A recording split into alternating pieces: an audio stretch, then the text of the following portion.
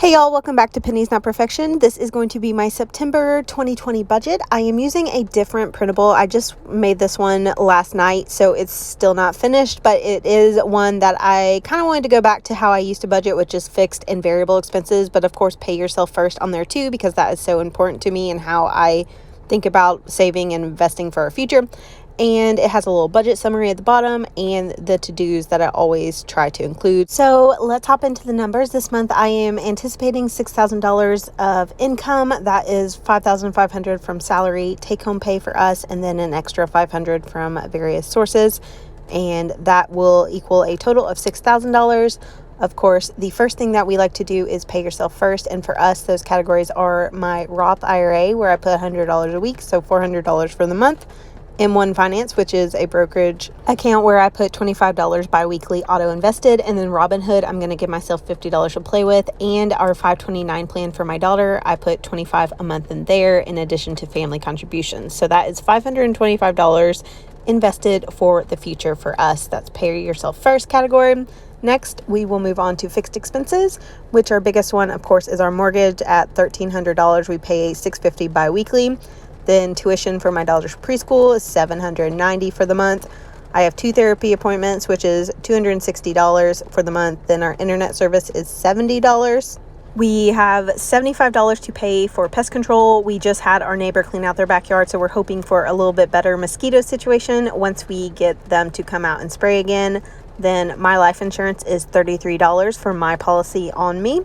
We have a security system that's $25 for monitoring.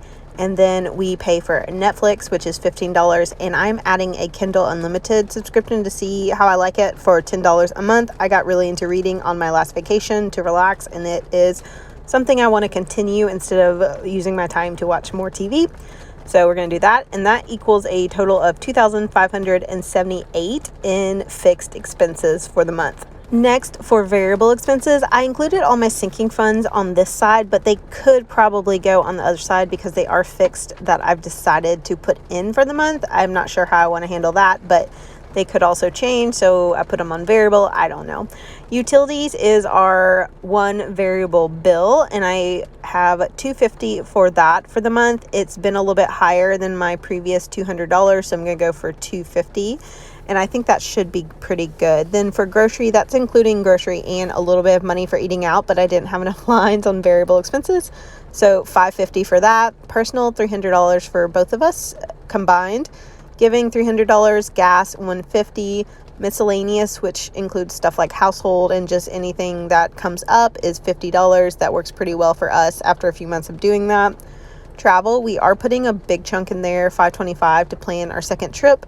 And then that money is going to kind of replace my FinCon trip since I'm not going on that this year. So phones, we are doing $50. That is for Mint Mobile when we pay yearly for prepaid service. Car maintenance, $50. Car insurance, $75. That's paid every 6 months. Then my husband's life insurance is paid quarterly, so that is $35 put into an account for when that bill comes due. We're going to try to knock out some house projects, so $200 for that sinking fund. And then my dogs do need to go to the vet, so we're going to just put a bunch more money into the sinking fund, and that should cover all the vet and like medical stuff that they need and their special heartworm medications. I don't even know what I'm saying. So medical, we are putting $50 in there. We are trying to build up a little medical sinking fund as well. So total variable expenses is $2,885. As you can see, that category of variable expenses is a lot longer, so I probably do need to combine some like car repair, maintenance, and car insurance. Those could totally be the same sinking fund. So I'll think a little bit about that. And then down here, I did a little budget summary for myself. And so total income expected is $6,000, and then I'll write down the actual when we get our paycheck budgets done.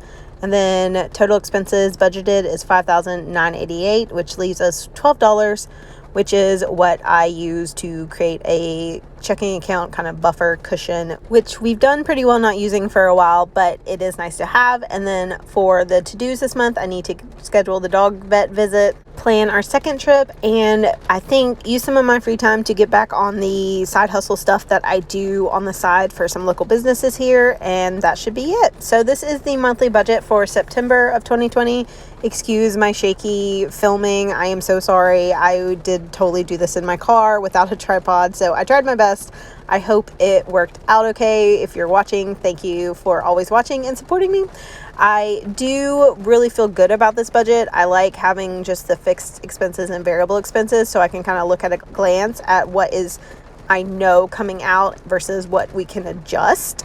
I feel like that gives me a better visual understanding of where I can move stuff if things do need to change, if I have a new bill or something goes crazy wrong with my numbers. So that's it for me for September 2020. Thanks for watching.